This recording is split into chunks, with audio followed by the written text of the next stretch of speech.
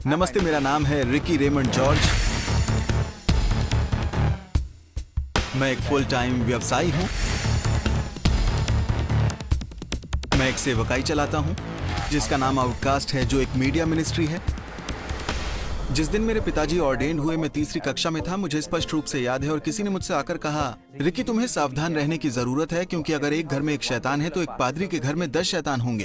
तुम्हें बहुत सारे परीक्षणों का सामना करना पड़ेगा, क्योंकि तुम एक पादरी के बेटे हो। तो मैंने अपने माता पिता को जिम्मेदार ठहराया, जो व्यवसाय उन्होंने अपने लिए चुना, और मेरे जीवन में आने वाली हर समस्या के प्रति ये मेरा एक बहाना बन गया।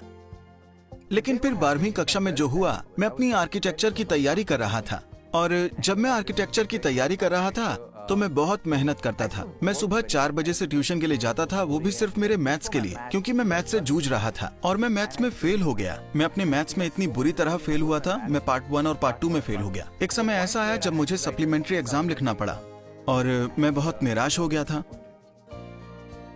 मैंने अपनी 12वीं की परीक्षा दी और 47% स्कोर किया। मैंने आर्किटेक्चरल परीक्षा की कोचिंग ली, जिसका नाम है national aptitude test for architecture, NATA. और परीक्षा देने के बाद मुझे मैथ में सिर्फ 65% लाने थे, जो कि एक बड़ी संख्या नहीं है, लेकिन मैं इसे प्राप्त नहीं कर सका। मेरे लिए सबसे बड़ी चुनौती ये थी कि मैं डिप्रेशन और आत्महत्या के विचारों से जूझ रहा था। मैंने बहुत सारी दवाइयां ली और फिर मैं घबरा गया। तब मैंने अपने एक दोस्त को फोन करके कहा कि मैंने ये दवाई ली है। वो भी घबरा गया।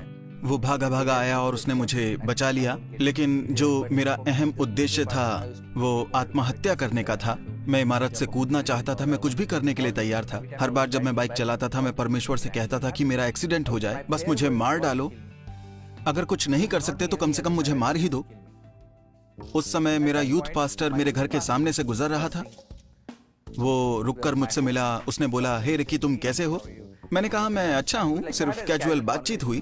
उसने कहा, मैं और मेरी पत्नी उपवास और प्रार्थना करते हैं। हमने प्रभु को कार्य करते देखा है। मैंने अपने जीवन में कभी भी उपवास करने के बारे में नहीं सोचा, और मैं इतना हताश था कि जब घर पहुंचा तो मैंने कहा कि अगले 2 दिन मैं उपवास करूंगा।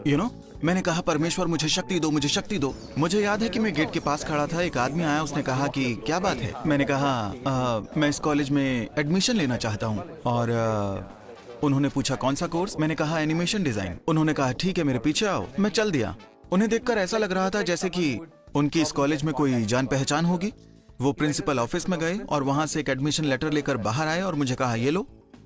वो बोले, मैं एनिमेशन विभाग का HOD हूँ। इस कॉलेज में तुम्हारा दाखिला हो गया है। मैंने कोई एंट्रेंस एग्जाम नहीं दिया, ना ही उन्होंने मेरे मार्क्स देखे, और ना ही मुझे किसी और की तरह लाइन में लगना पड़ा। मुझे बस एडमिशन मिल गया। और उस पल मैंने देखा मेरे लिए परमेश्वर का वो अनुग्रह, जिस अनुग्रह की आप कभी कल्पना नहीं कर सकते। मुझे लगा परमेश्वर के साथ जैसे एक उद्देश्य है।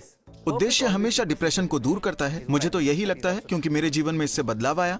क्योंकि मेरी समस्या थी मेरे पास उद्देश्य का ना होना, लेकिन जब मुझे उद्देश्य मिला तो डिप्रेशन बंद हो गया।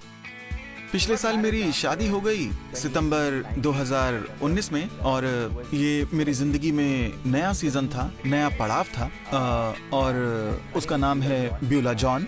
मैं बहुत समय से उसे जानता था, क्योंकि हमारे माता पिता एक ही संगठन में काम करते थे।